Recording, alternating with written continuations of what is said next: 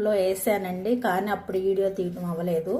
కానీ ఇప్పుడు కొంచెం ఫ్రీగా ఉన్నాను కాబట్టి ఈ సింతసిగురు ఎలా ఉంది ఏంటి అనేది చూపిద్దామని సింతసిగురు పప్పు చేస్తున్నాను నేను.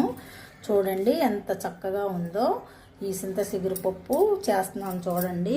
ఇది పెసరపప్పు అండి. ఈ గ్లాసు పెసరపప్పు నానబెట్టుకున్నాను, కొంచెం కడిగేసి పెట్టుకున్నాను. ఇదిగోండి ఇలాగ అయ్యింది పెసరపప్పు. పెసరపప్పులోనే టేస్ట్ ఉంటుందండి.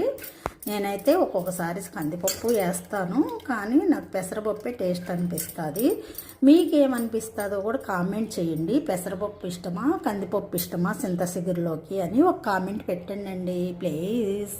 ఇదిగోండి 2 టమాటాలు కూడా వేస్తాను, 4 పచ్చిమిరపకాయలండి, టమాటాలు వేస్తున్నాను, పచ్చిమిరపకాయలు వేస్తున్నాను, కారం మీరు ఎంత తినాలనుకుంటున్నారో అంత కారం వేసుకోండి, ఎవరిష్టం వాళ్ళదే అండి. కారం అనేది లెక్క ఉండదు. ఒక్కొక్కళ్ళ కారం కారంగా ఉంటుంది, ఒక్కొక్క కారం కారంగా ఉండదు. కాబట్టి ఎవరు ఇష్ట ప్రకారం కారం వేసుకోవచ్చు.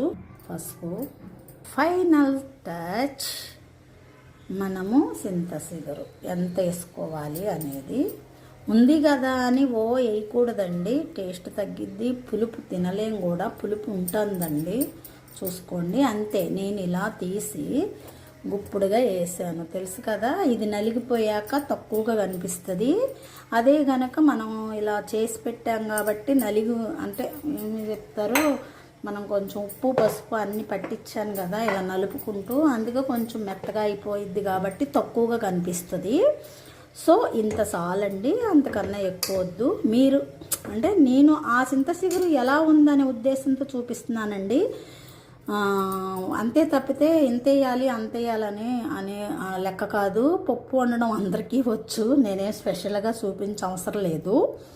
ఈ సింతసిగురు ఇలా స్టోర్ చేసుకుంటే ఎలా బెనిఫిట్ అనే విషయానికైతేనే నేను వీడియో తీస్తున్నాను. సో అందుకు పప్పు ఎలా నేను ఈ సింతసిగురుని పప్పు ఎలాగా తయారు చేస్తాననే విధానాన్ని చూపించడం జరిగింది. ఇదండి. ఇంకప్పుడు 2 గ్లాసులు వాటర్ వేసేసుకొని, ఇదండి గ్లాసు. అది ఉప్పు వేయలేదండి, ఎందుకంటే సింతసిగురులో ఆల్రెడీ ఉప్పు ఉంటుంది. చూసుకొని తర్వాత లాస్ట్లో ఉడికిన తర్వాత వేసుకుంటాను. అంతే, కుక్కర్ విజిల్ 2 విజిల్ వస్తే చాలండి. ఎందుకంటే ఇది ఏమంటారు, 2 విజిల్లే చాలండి. పెసరపప్పు కదా, పెసరపప్పుకి 2 విజిల్ చాలండి. కందిపప్పుకి అయితే 4 విజిల్స్ వేయాలి. సో నేను ఇంకా నానబెట్టి పెట్టాను కాబట్టి 2 విజిల్ చాలండి. విజిల్ ఎక్కడుందో తోమేసి మా పనమ్మ ఎక్కడ పెట్టిందో ఎత్తుక్కోవటం జరుగుతుంది. లాస్ట్ అండ్ ఫైనల్గా దొరికింది విజిల్. ఇంకా ఈ సిగురు ఉందండి, ఇది ఫ్రిడ్జ్లో పెట్టేస్తాను. ఇంకా చానాలు వస్తుంది ఇది. ఫైనల్గా ఉడికిపోయింది, ఇలాగుంది చూడండి, ఇలా ఉడికేసినట్టుగానే. కొంచెం టమాటా కలవు కదా, అందుకనే పప్పు గుత్తితో తిప్పుతాను నేను. ఎందుకంటే అందులో కొంచెం పప్పులో టమాటా ఈ చింతసిగురు నలిగిపోతేనే పులుపుదనము టేస్ట్ ధనము వస్తుందండి. అందుకే నేను ఏ పప్పు అయినా సరే ఇలా పప్పు గుత్తితో తిప్పుతానండి. చాలామంది ముక్కలు చెదరకుండా ఉంచేసి అలాగే తాలింపు వేసేస్తారు. సొరకాయ పప్పు అయినా దోసకాయ పప్పు అయినా కానీ ముక్కలుగానే ఉంటుంది. నేనేమనుకుంటానంటే ఆ ముక్కలు కొంచెం పప్పులో కలిసి మెత్తగా అయితేనే పప్పు టేస్ట్ వస్తుంది అనిపించింది. కొంతమంది మెత్తగా ఉంటే టేస్ట్ ఉండదని ఒక్కొక్కళ్ళ ఉద్దేశం. నేనైతే మటుకు ఆ ముక్కలంతా పప్పులో కలవాలి కదా, ఇలా చేస్తేనే కదా టేస్ట్ వస్తుంది అనే ఉద్దేశంతో నేను మెదపటం జరిగిద్ది. ఏది కరెక్టో మీరు కామెంట్ పెట్టండి.